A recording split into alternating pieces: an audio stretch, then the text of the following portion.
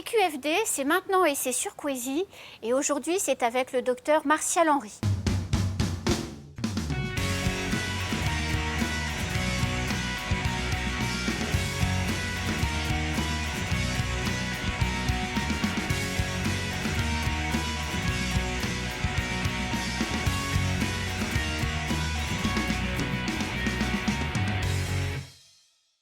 Docteur, merci d'avoir accepté notre invitation. C'est un immense honneur de vous avoir parmi nous aujourd'hui. De rien et bonjour. Nous allons parler de la départementalisation de Mayotte et revenir un petit peu avec vous sur ce combat que vous avez mené avec Younoussa Bamana et d'autres, évidemment, dont vous avez été très proche. Mayotte française, Mayotte département, c'est le combat d'une vie politique? Oui, c'est le combat de toute une vie politique.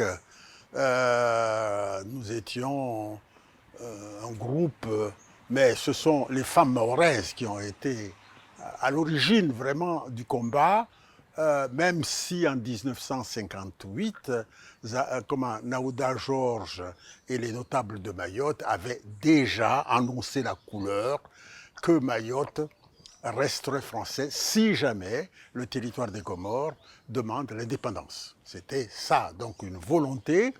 On a un peu le sentiment que l'acte de cession signé en 1841 par le sultan Djian Souli et le commandant Passo est resté dans la conscience collective des Mahorais. C'est pour ça qu'en 1958, il y a eu on parlait déjà de l'indépendance, c'était le cours de l'histoire, au niveau des pays africains, c'était la mode de l'époque, le courant de l'histoire, comme on dit, indépendance, et les Mahorais déjà avaient lancé la couleur en disant non, nous voulons rester dans la République française. Les femmes de Mayotte, pour des raisons liées au transfert de la capitale et l'appauvrissement des familles mahoraises. À la suite, il n'y a pas eu de mesures de compensation de cette transfert de capital qui avait vraiment fait que Mayotte était dans une situation de pauvreté qui s'est accentuée. Les femmes se sont donc révoltées et donc ont déclenché donc ce combat, mais tout en gardant cette philosophie du maintien de Mayotte dans la République française. Et pourquoi, docteur?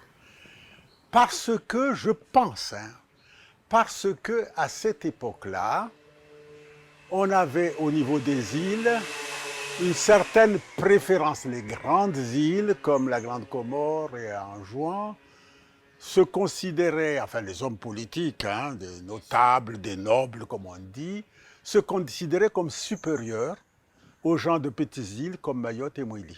Voilà, c'est ça. Et la population était assez ulcérée par cette, comment dirais-je, cette discrimination.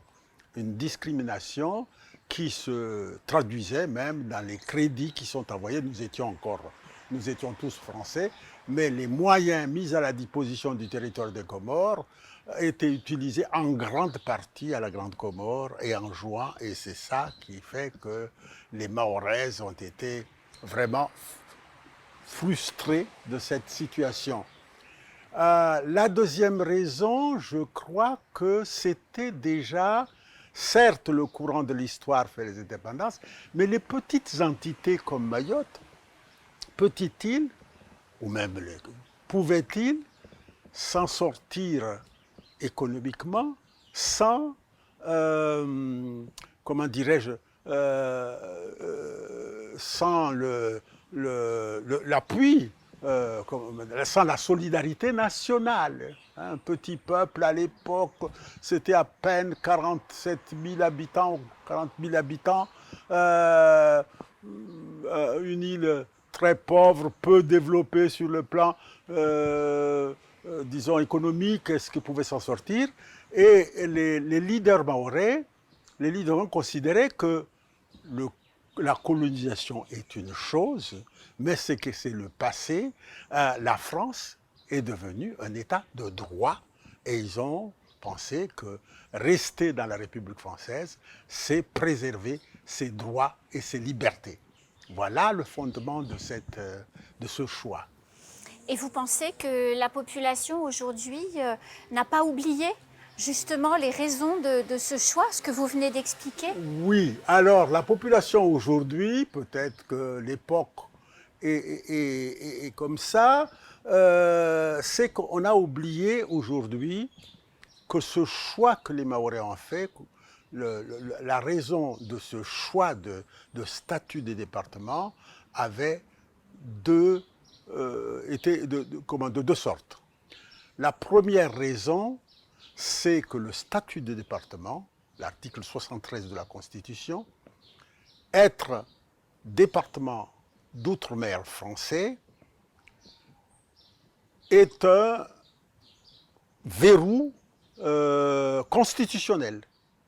Ça permet de penser que sauf si d'aventure ou bien, c'est une hypothèse, hein, que les Mahorais veulent un jour être dépendants, il faut qu'ils le votent à plus de 75% de suffrage, ou bien que le Congrès, c'est-à-dire l'Assemblée nationale et le Sénat français, puissent voter à plus de 75% que Mayotte aille dans ce... Voyez-vous? Donc, en fait, ce sont les Mahorais qui ils sont libres de leur destinée. C'est ça l'importance. Donc, la Constitution, le fait d'être département français, un statut de département français d'outre-mer, a permis aux Mahorais de penser que c'est un ancrage définitif dans la République française. Non seulement c'est un ancrage définitif dans la République française, mais c'est également un gage de liberté. Le 31 mars 2011, quand Mayotte est devenue département, vous avez ressenti quoi dans votre cœur?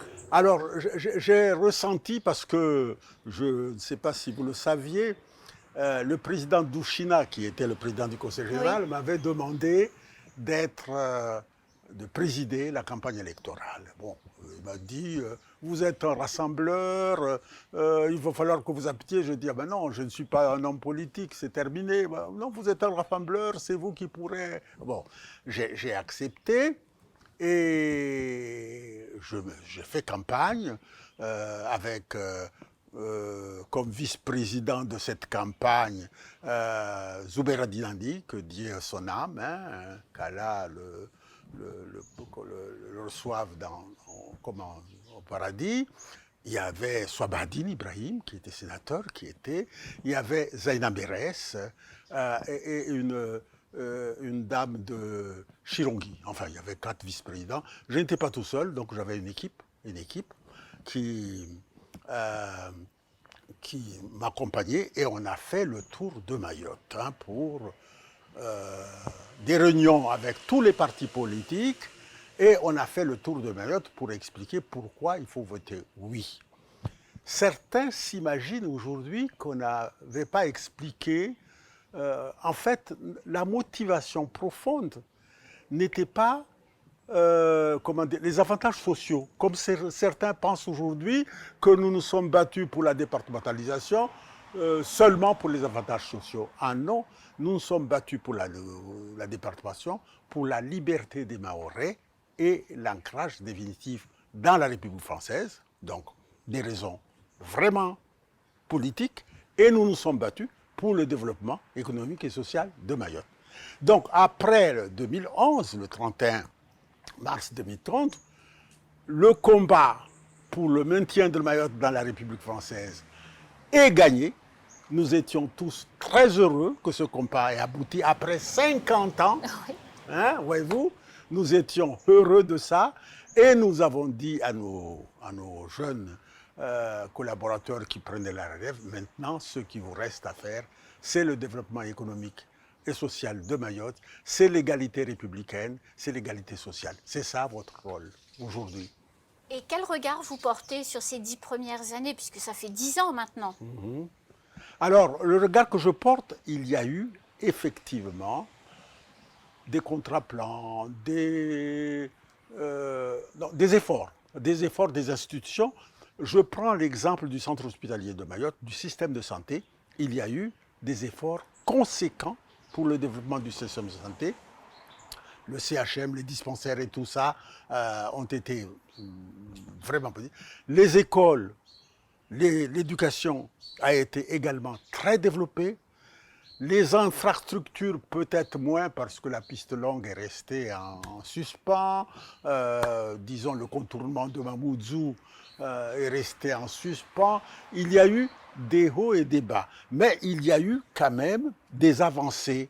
Il y a vraiment, moi c'est ce que je pense, qu'il y a eu des avancées notables parce que nous avons mis en place de notre temps, du temps de la collectivité territoriale et de la collectivité départementale sous la présidence de Bamana, on avait vraiment fait avancer Mayotte.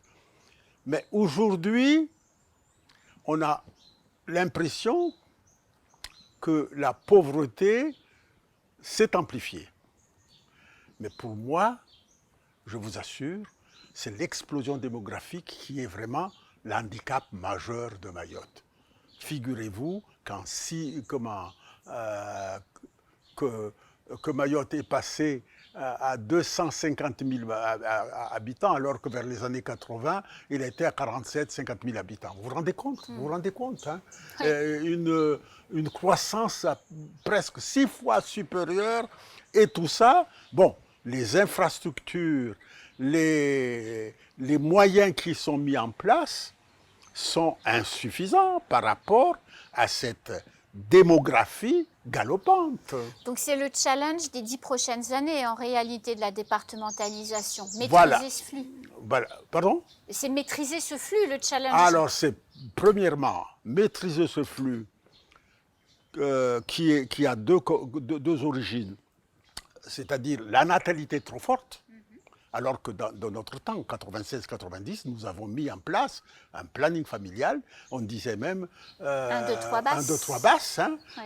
Et puis en Shimaore, Panzata Panzarehem, pour essayer de faire comprendre aux familles qu'il vaudrait mieux avoir 2, 3, au maximum 4 enfants qu'on peut élever, mais plutôt que d'en avoir 8 qu'on ne pourrait pas élever. Donc cette politique, dommage, n'a pas été suivi d'une façon plus dynamique par nos successeurs. Hein. Et puis ensuite, il y a l'immigration irrégulière qui a fait vraiment exploser cette démographie. Voilà. Docteur Martial Henry, merci beaucoup de nous avoir reçus chez vous aujourd'hui. Et puis on se retrouve prochainement pour poursuivre nos débats et nos échanges. Voilà, avec plaisir, madame. À bientôt pour un prochain CQFD. Bonne journée.